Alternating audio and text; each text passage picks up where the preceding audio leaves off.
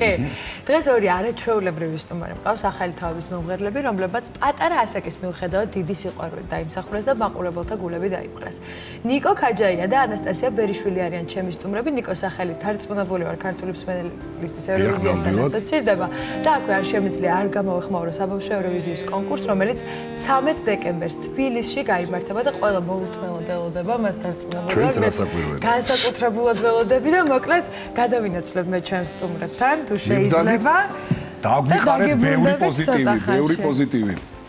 მოგესალმებით ჩემო საყვარლებო. როგორ ხართ? კარგად თქვენ? პირველ რიგში დიდი მადლობა რომ მოხვედით ნიკო და ანასტასია ჩემთან. მაინტერესებს ჯერ ვიცი რომ თქვენ ჩაწერეთ სიმღერა My Valentine, Paul McCartney-ის საუკეთესო სიმღერა ერთ-ერთი და ამ სიმღერაზეც გადაიღეთ კლიპი. მაინტერესებს როგორ შეხვდით ერთმანეთს, საიდან წარმოიშვა ეს იდეა მომიყევით ყველაფერი. ანუ ჩვენ რანინელები ხშირად ვიკრიბებით, ძალიან კარგი მეგობრები ვართ ყველანი. დარწმუნებული. ხშირად ვიკრიბებით ერთმანეთის დაბადების დღეებზე, უმიზეზოდ ან რამე დღესასწაულებზე და ერთ-ერთ ასეთ შეკრებაზე ნიკომ შეასრულა სიმღერა My Valentine, რომელიც ახლა ჩავწერეთ.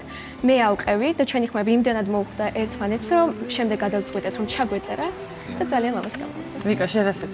შედგა თქვენი დუეტი? ჩემი აზრით ძალიან კაი დუეტი გამოვიდა. ჩვენ შევეცადეთ ვარჩება ხარისხიანი ყოფილიყო და გემოვნებიანი და ბევრი რეპეტიცია არ ქონია, რამდენიმეჯერ გავიარეთ ეგ სიმღერა და ჩაწერასაც მოვიფიქრეთ ბევრი იდეები.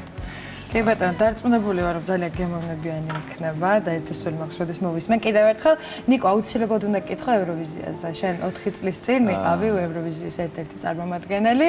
მომიყევი ამ შეგრძნებებზე, როგორი მოგზაურობა იყო ევროვიზიის პერიოდში? ევროვიზია ჩემთვის ერთ-ერთი უმნიშვნელოვანესი ეტაპი იყო ცხოვრებაში. ეგში ბევრი გამოსვლა მივიღე, უცხოეთში პირველად წავედი მაშინ. მართლა?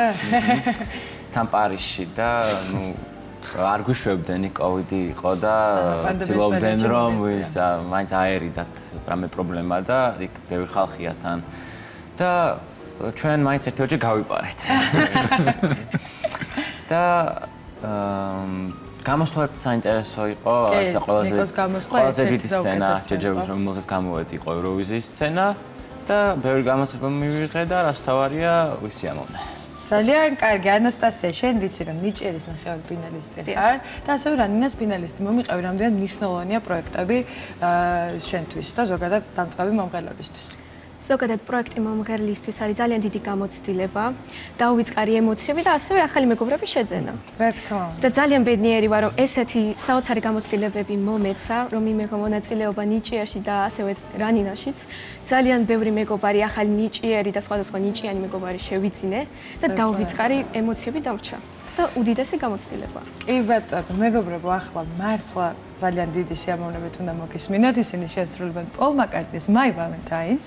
ვარსკვლავები ვიცხედან ისე საუბრობენ. თითქოს ვარსკვლავები არიან უკვე. კი, ვარსკვლავები არიან, თითქოს არა. ჩამოფრენილები.